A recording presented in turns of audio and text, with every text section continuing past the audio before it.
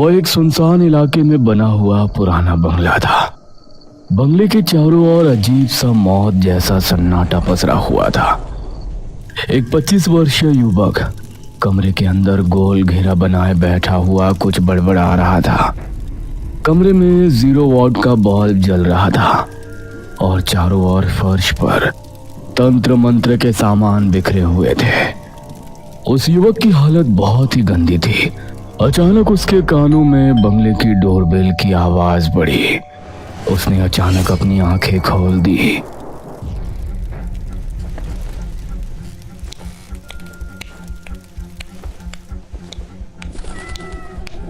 और उठकर सीधा बंगले का मुख्य दरवाजा खोल दिया। अरे यार सुमित, तेरी हालत देखकर ऐसा लग रहा है जैसे तू महीनों से नहाया नहीं है। और ये तूने अपनी क्या हालत बना रखी है। मगर सुमित खाली आंखों से अर्जुन को घूरने लगा। सुमित देखो, तुम्हारे साथ पारुल ने जो भी किया वो बहुत गलत किया। आखिर तुम कब तक अपने आप को इस तरह टॉर्चर करते रहोगे। हम तुम्हारे घर गए थे, तुम्हारे मॉम डैड ने बताया कि तुम पढ़ाई की वजह से अपने पुराने बंगले में कुछ दिनों के लिए शिफ्ट हो गए हो। लेकिन तुम्हारी हालत देखकर लग रहा है तुम पढ़ाई नहीं बल्कि यहाँ पर कुछ और ही कर रहे हो। सुमित कुछ देर उन दोनों को घूरता रहा और अचानक जोर से दरवाजा बंद कर लिया। अर्जुन और नैना एक दूसरे की ओर देखने लगे। मुझे लगता है कि हमें सुमित को कुछ और वक्त देना चाहिए। पागल हो गए हो तुम? उसकी हालत नहीं देख रहे? ऐसा लग रहा है जैसे उसकी मानसिक स्थिति ठीक नहीं है। मुझे लगता है कि हमें उसके घर वालों को इन्फॉर्म कर देना चाहिए। शायद तुम ठीक कह रही हो, चलो चलते हैं। अर्जुन नैना के साथ वहां से चला गया।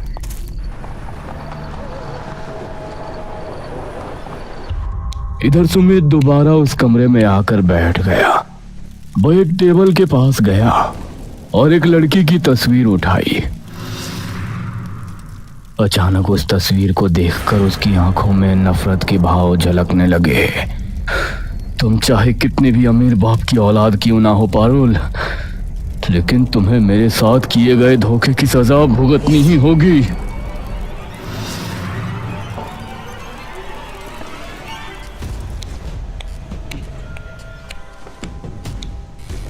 इतना कहकर सुमित सोफे पर बैठ गया। उसके बाल बिखरे हुए थे और वो पुरानी बातों के बारे में सोचने लगा जब वो एक नॉर्मल हंसमुख स्वभाव का लड़का हुआ करता था। कॉलेज के ग्राउंड में अर्जुन और नैना खड़े थे कि तभी एक बाइक वहां आकर रुकी। बाइक पर सुमित सवार था, जो अपनी बाइक की चाबी घुमाते हुए अर्जुन के पास आकर खड़ा हो गया। क्या हुआ? आज तुम दोनों ने क्लास नहीं ली? तुम तो जानते हो उस खड़ूस प्रोफेसर की क्लास आधे से ज्यादा स्टूडेंट मिस कर देते हैं। और हम ये भी जानते हैं कि तुम उसी क्लास को मिस करने के लिए कॉलेज लेट आए हो। नैना की बात सुनकर सुमित हंस पड़ा। नहीं, आज वजह कुछ और है। आज मैं टाइम पर आ रहा था, लेकिन मार्केट में अचानक मुझे पारुल दिख गई तो मैं उसे निहारने लगा। सुमित, तुम क्यों नहीं समझते कि पारुल एक बहुत बड़े बिजनेसमैन टाइकून की इकलौती बेटी है। वो तुम्हें तो क्या, कॉलेज के किसी भी लड़के को घास नहीं डालती। यहाँ तक कि ये कॉलेज भी उसके बाप का है, तो वहां से तुम्हें लिफ्ट नहीं मिलने वाली। तुम अपना टाइम वेस्ट कर रहे हो। ये सुनकर सुमित मुस्कुराया और अपनी जेब से एक कार्ड निकाल कर दिखाया। ये इनविटेशन कार्ड है। तरुण ने अपने घर पर एक छोटी सी पार्टी रखी है, उसमें पारुल को भी इनवाइट किया है। पारुल वहां पर आएगी और मैं तरुण के घर पर ही पारुल को अपने दिल की बात बता दूंगा। ये सुनकर नैना चौंक गई। लेकिन तरुण तो हमारे ग्रुप का नहीं है।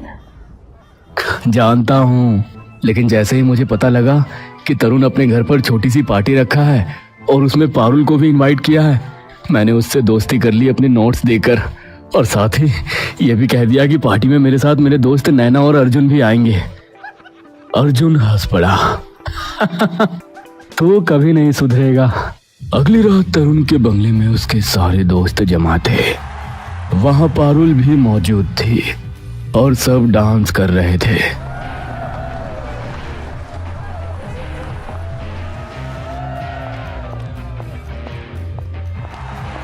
तभी अर्जुन अपने दोस्तों के साथ वहां पहुंचा। मेरे दोस्त, मुझे यकीन था कि तुम जरूर आओगे।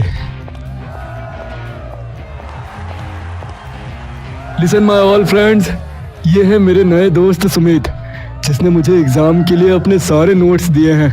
अब एंजॉय द पार्टी। सुमित की नजर पारुल पर जमी हुई थी। कुछ देर बाद सुमित पारुल के पास पहुंचा।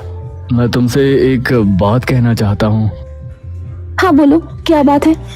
पारुल, आई लव यू ये कहने की ना जाने कब से कोशिश कर रहा था, लेकिन हिम्मत नहीं जुटा पा रहा था। यह सुनकर पारुल ने एक जोरदार चांटा सुमित के गाल पर जड़ दिया। अचानक म्यूजिक बंद हो गया और सभी दोस्तों की नजरें पारुल और सुमित की ओर टिक गई। मुझे आई लव यू कहने से पहले अपने और मेरे औकात का फासला तो नाप लिया होता। जितनी कीमत के घर में तू रहता है ना, उससे दोगुनी कीमत के घर में मेरे घर के नौकर रहते हैं। मुझे अफोर्ड करना तेरे बस की बात नहीं। आइंदा मुझसे बात करने की कोशिश की ना तो ये हाथ अगले गाल पर भी छप जाएगा। आखिर तुम्हें थर्ड क्लास लोगों को अपनी पार्टी में बुलाने की क्या जरूरत थी? सारा मूड खराब कर दिया।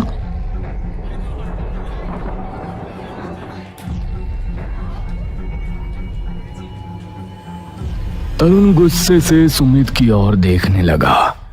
सुमित को अपनी बहुत ज्यादा इंसल्ट महसूस हुई और वो गुस्से से तरुण के घर से बाहर निकल गया। पीछे पीछे अर्जुन और नैना भी आ गए।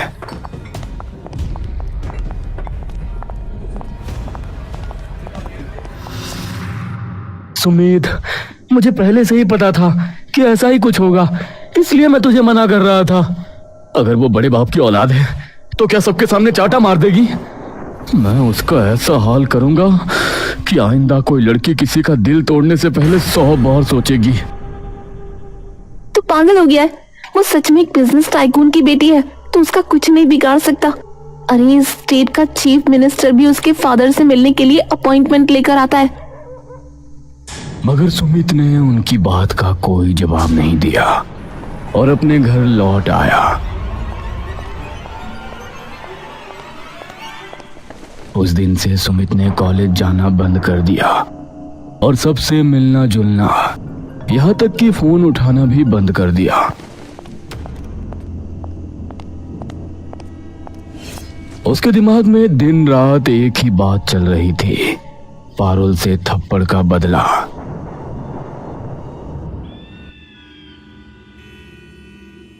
एक दिन सुमित लैपटॉप में कुछ देख रहा था कि तभी उसकी नजर एक वीडियो पर पड़ी, कर्ण पिशाचनी। सुमित ने तुरंत वो वीडियो ओपन किया और कर्ण पिशाचनी के बारे में गौर से सुनने लगा। कर्ण पिशाचनी को जिसने सिद्ध कर लिया वो अपने मन की सारी इच्छाएं पूरी कर सकता है। कर्ण पिशाचनी केवल सिद्ध करने वालों को ही दिखाई देती है और उसकी हर इच्छा पूरी करती है, यहाँ तक कि वो आपकी जीवन संगिनी की तरह आपका साथ देगी, आपकी हर बात मानेगी। लेकिन इसे सिद्ध करना आसान नहीं है।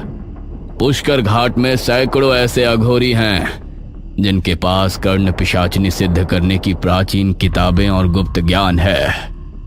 यह सुनकर सुमित के दिमाग में एक नई योजना आ गई। उसने तुरंत अपना लैपटॉप बंद किया।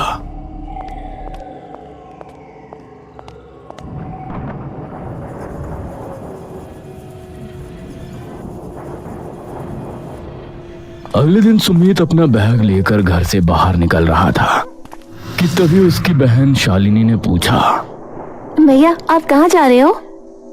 पुष्कर घाट, बस मेरा घूमने का मन कर रहा है।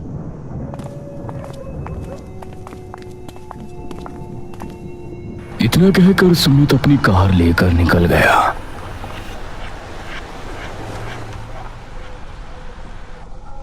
कुछ घंटे बाद रात के सन्नाटे में सुमित पुष्कर घाट में खड़ा था। तभी उसे एक अघोरी दिखाई दिया। सुमित धीरे धीरे कदम बढ़ाकर उसके पास गया। क्या हुआ? तुझे शमशान घाट में डर नहीं लगता? चला जा। रात के समय यहाँ कोई रुकना पसंद नहीं करता। मैं यहाँ पर कुछ पता करने आया हूँ। क्या पता करने आया है? मैं कर्ण पिशाचिनी को सिद्ध करना चाहता हूँ। ये सुनकर अघोरी की आंखों में अजीब सा डर दिखाई दिया। ऐसा सोचना भी मत, तू नहीं जानता, कर्ण पिशाचिनी सुनने में बहुत अच्छी लगती है, लेकिन इसे सिद्ध करना आसान नहीं होता। सिद्ध करने वाले को इस पूरे ब्रह्मांड की सबसे कठिन परीक्षा देनी होती है, तभी कर्ण पिशाचिनी उसके सामने आती है। परंतु वो जिस किसी के जीवन में आती है उसका जीवन नरक बन जाता है। लौट जा। तभी सुमित की नजर अघोरी के बगल में रखी हुई एक किताब पर पड़ी जो बहुत प्राचीन लग रही थी। सुमित ने तुरंत वो किताब उठा ली। मेरी किताब वापस कर। लेकिन सुमित रात के सन्नाटे में सीधा दौड़ पड़ा। अघोरी की आवाज उसके कानों में गूंज रही थी। किताब वापस कर दे मूर्ख, तू नहीं जानता कर्ण पिशाचिनी कितनी खतरनाक होती है। उस दुनिया के दरवाजे मत खटखटा, वहां से कोई वापस नहीं आया। मगर सुमित की आंखों में केवल पारुल के लिए नफरत थी। वो अपनी कार में बैठा और सीधा अपने घर लौट आया।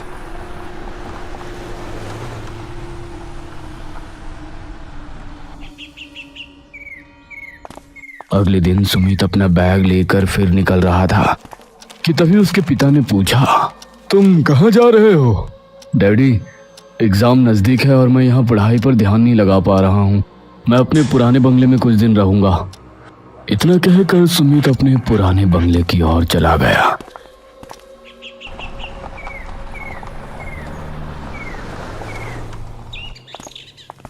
सुमित पुराने बंगले में पहुंच गया।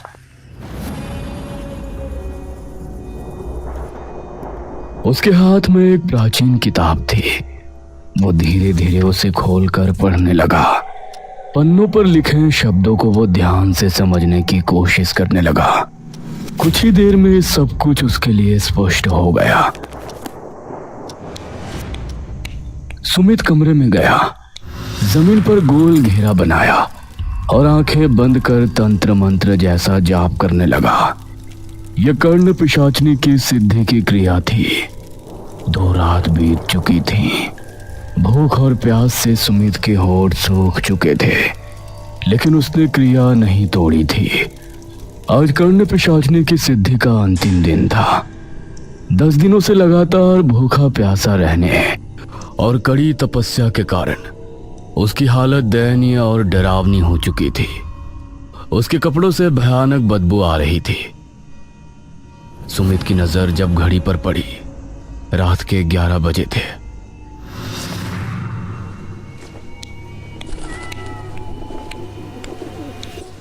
वो चुपचाप गोल घेरे में बैठ गया और तेज आवाज में मंत्र पढ़ने लगा।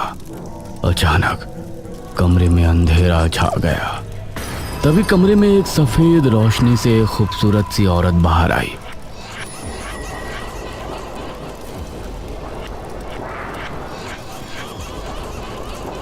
आखिर तुम मुझे अपने पास बुलाने में कामयाब हो ही गए।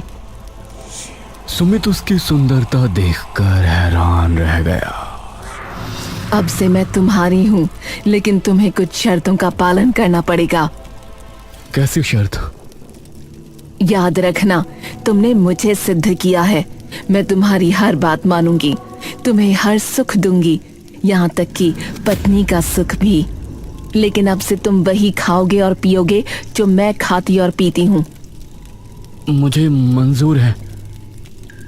ठीक है, लेकिन बदले में हर रात तुम्हें मुझे किसी की आहुति देनी होगी। उसकी सुंदरता में अंधा होकर सुमित भूल गया कि वो क्या कर रहा है। हाँ, मुझे मंजूर है। मैं केवल तुम्हें दिखाई दूंगी, तुम्हारे अलावा किसी को नहीं। और अगर तुम्हारे पास कोई दूसरी औरत आई तो वो इस संसार में नहीं रहेगी। अब बताओ, तुम्हें मंजूर है? हाँ, मंजूर है।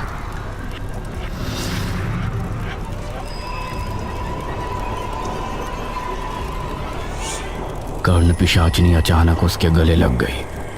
सुमित के मन में अजीब सा तूफान उठने लगा, लेकिन उसने खुद को संभाल लिया। क्या हुआ? क्या तुम मुझे नहीं चाहते? चाहता हूं, पर उससे पहले तुम्हें मेरे लिए कुछ करना पड़ेगा। क्या?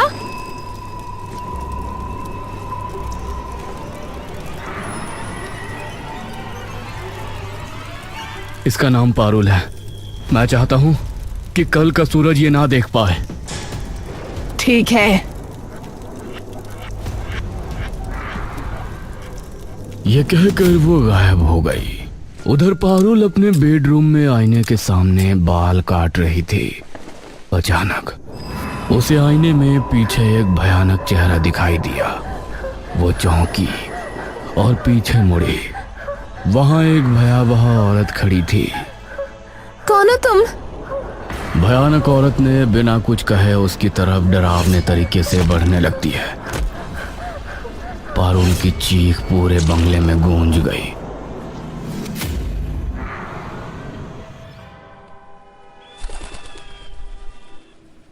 लगातार 11 रातों से जागते जागते थका हुआ सुमित गहरी नींद में था। तभी एक मधुर आवाज उसके कानों में पड़ी। उठो सुमित। सुमित ने आंखें खोली। वो उसके सामने बैठी थी। तुम्हें पता है पारुल अब इस दुनिया में नहीं है।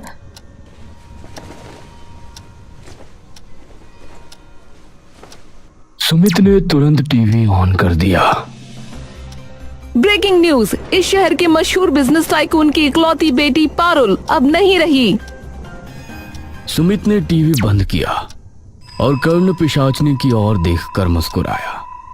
वो उसके करीब आई और लिपट गई और सुमित उसकी आगोश में पूरी तरह से खो गया।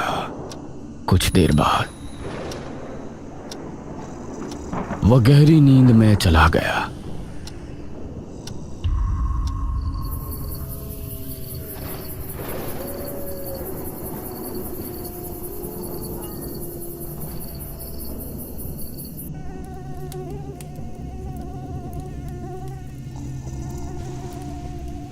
सुमित उठकर पागलों की तरह इधर उधर देखने लगा।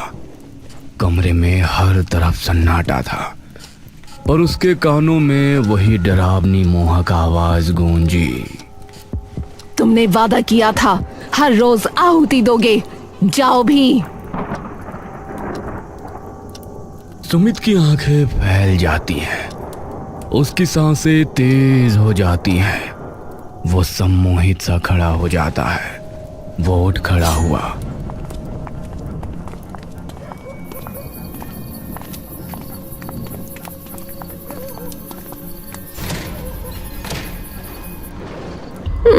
कौन है?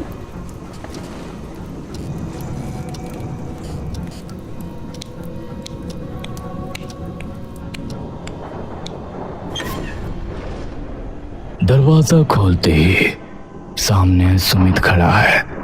चेहरा गंदगी से सना हुआ, आंखों में पागलपन, बाल बिखरे, होठ सूखे हुए और फटे हुए। सुमित, ये क्या हाल बना रखा है? कब से फोन कर रहे हैं तुझे, तो उठा क्यों नहीं रहा? अचानक सुमित एक जंगली जानवर की तरह उसकी तरफ देखता है।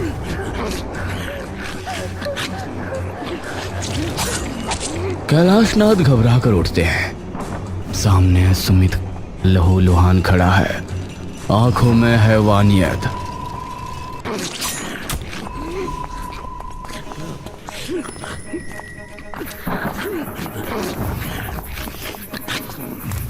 सुमित एक बैग लेकर कमरे में आता है, उसे बेड पर फेंक देता है। धीरे धीरे एक सुंदर स्त्री प्रकट होती है, वही कर्ण पिशाचिनी।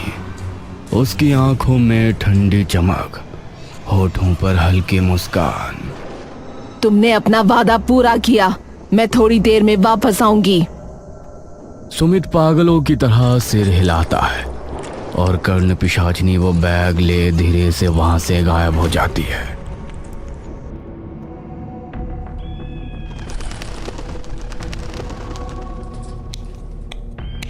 अगली सुबह शालिनी कमरे में घुसती है और सामने का मंजर देखकर वो चीख पड़ती है।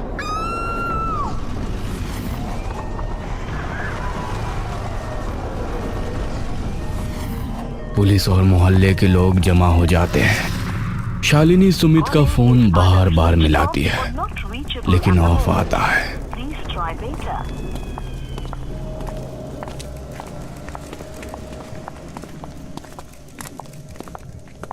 ये सब कैसे हुआ? सुबह मॉम डैड को देखा तो इस हालत में मिले। पता नहीं किसने ये किया, और सुमित भैया फोन भी नहीं उठा रहे। मुझे लगता है हमें सुमित के पुराने बंगले में जाना होगा।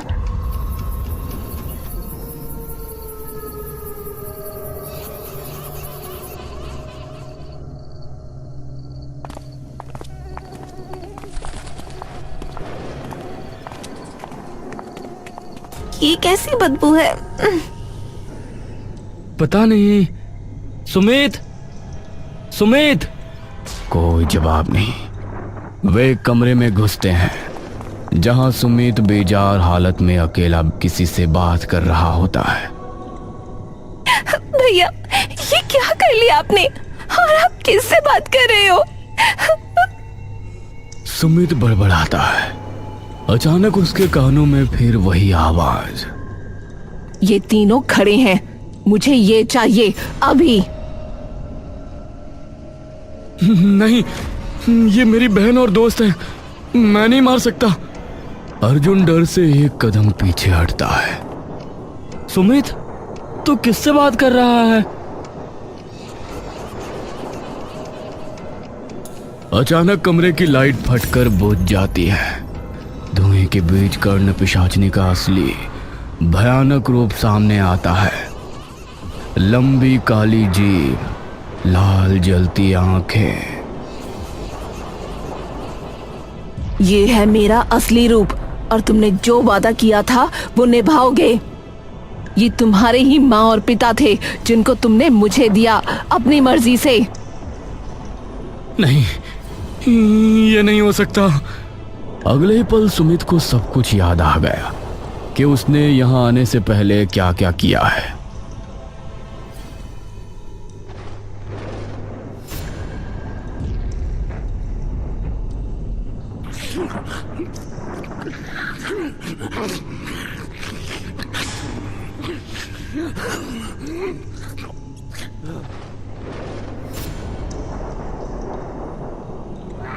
हाँ, ऐसा ही हुआ है। सुमित की आंखों से आंसू बहने लगे। ये क्या कर दिया मैंने? कर्ण पिशाचिनी जिसकी जिंदगी में आ जाती है, उसके जीवन में सिर्फ उसका आदेश चलता है। आदेश का पालन करो।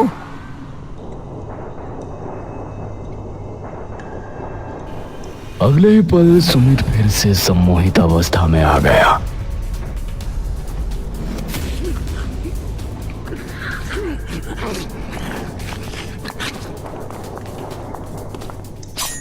अपने दोस्त अर्जुन और नैना की ओर बढ़ने लगा। सुमित के पागलों जैसी हरकतों से घबराकर नैना और अर्जुन चीखते हुए उस बंगले से भाग निकले।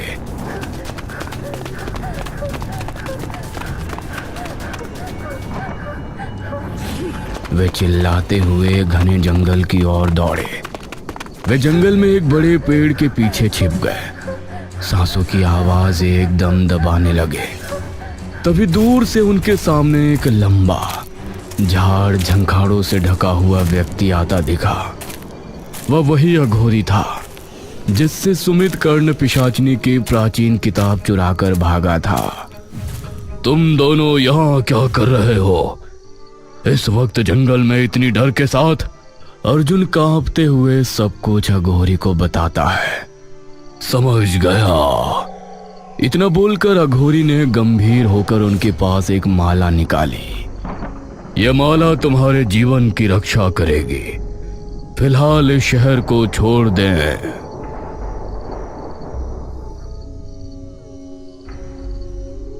हम ऐसा करेंगे।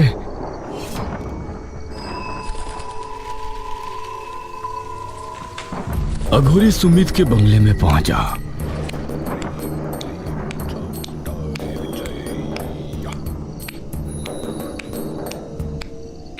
और एक भयावह दृश्य देखा।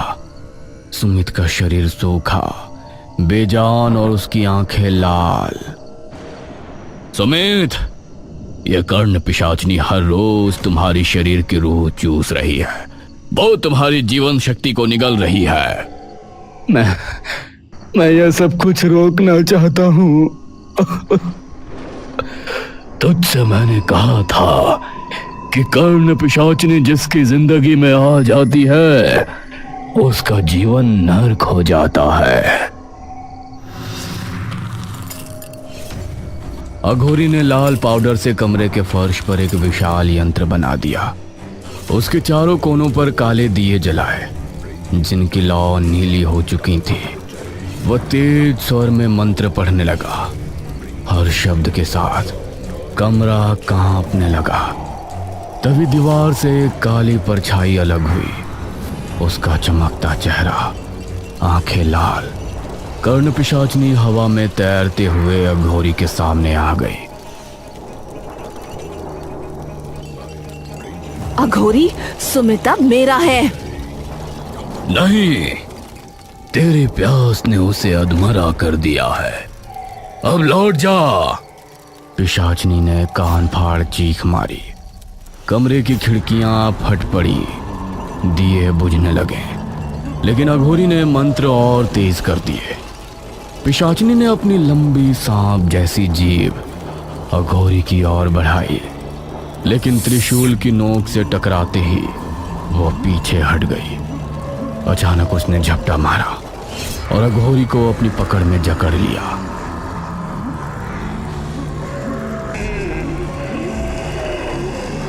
ओम क्लीं कालिकाय नमः।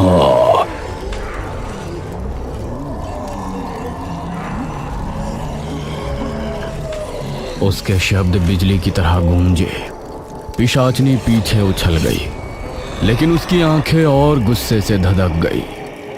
उसने सुमित की ओर हाथ बढ़ाया, पर यंत्र की लाल रेखाओं ने उसके हाथों को पीछे झटका दिया।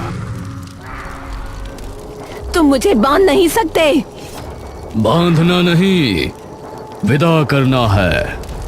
अघोरी ने तांबे के पात्र में काला तेल डाला और उसमें लाल धागा जलाया।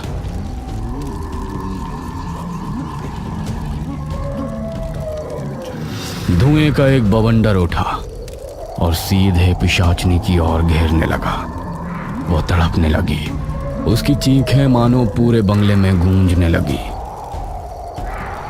लेकिन वो इतनी आसानी से नहीं गई। उसने अपने चारों ओर का अंधेरा गाढ़ा कर दिया और एक पल के लिए अघोरी के मंत्र थम से गए।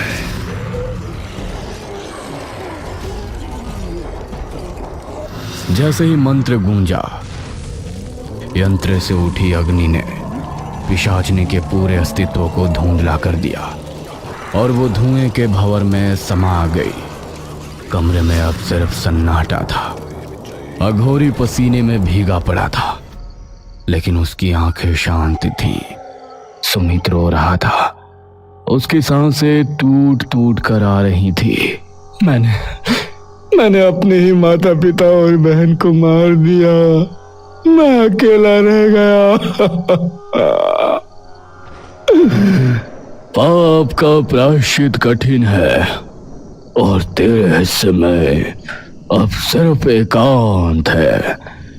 अघोरी बिना कुछ और कहे चला गया।